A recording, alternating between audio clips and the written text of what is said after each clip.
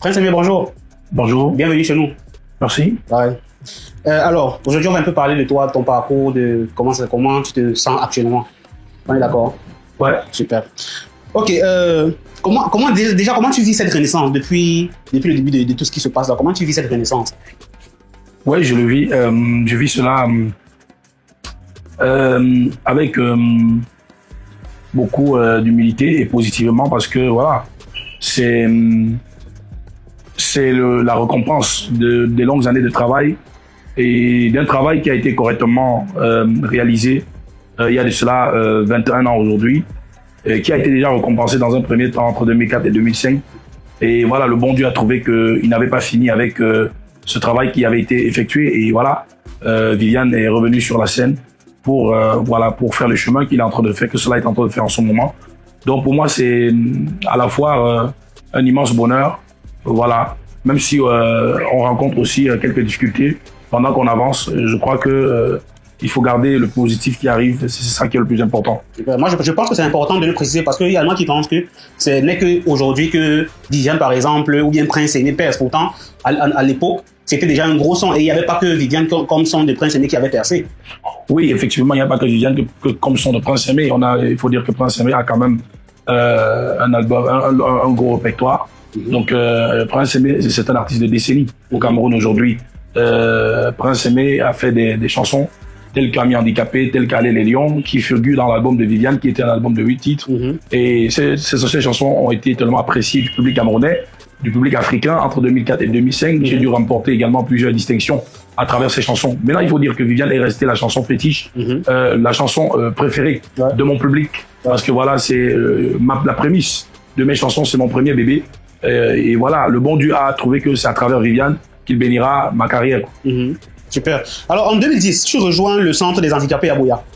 Quel a été l'impact ou bien quel a été le rôle de cette période-là dans ta vie d'artiste?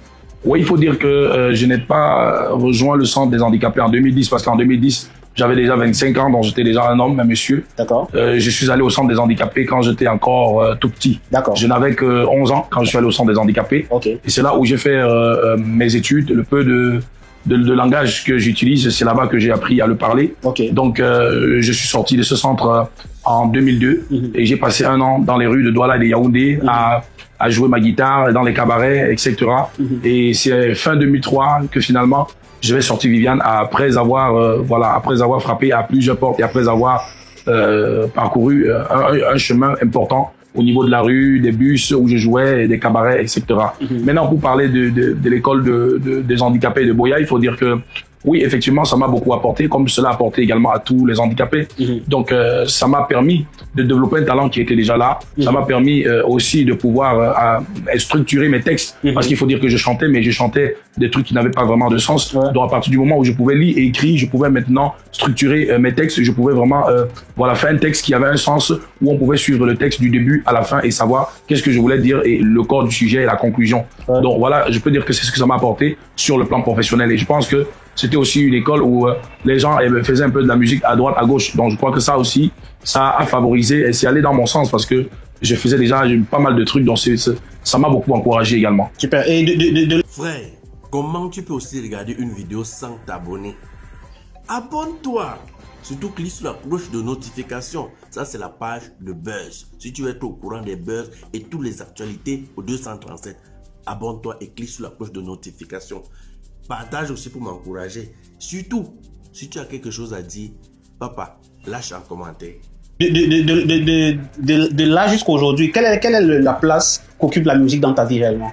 Oui, la musique occupe, je peux dire, l'une des places importantes dans ma vie. Je dirais peut-être parce que c'est Dieu qui occupe la première place, mais je dirais que la musique vraiment, pour moi, est le plus beau cadeau que j'ai eu sur cette terre. C'est la plus belle chose qui me soit arrivée dans ma vie parce que c'est un rêve d'enfance. Et puis un rêve d'enfance qui s'est en partie réalisé. Et voilà, je continue mon petit bout de chemin malgré certains obstacles, mais je poursuis mon bout de chemin et je pense que vraiment la musique c'est quelque chose de tout simplement extraordinaire. C'est l'amour qu'on partage, c'est l'affection, c'est la passion, c'est aussi vraiment donner beaucoup de gaieté, contribuer à la paix sociale D'autres disent que la musique adoucit les mœurs. Donc vraiment, c'est un privilège d'avoir la musique comme métier, comme passion, comme don. Voilà. Super. Et en 2020, je pense 4 ans après, tu vas en France pour une tournée.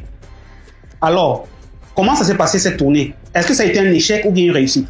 Il faut déjà dire que c'était pas en 2020 que je suis parti en France, mais en 2016. Ouais. Je suis allé en 2016 pour une tournée européenne. Ouais. Et j'ai fini mon spectacle en 2016. Ouais. Et quand j'ai terminé mon spectacle, j'avais encore d'autres pays à faire. J'ai fait ce pays-là où on m'attendait pour le show.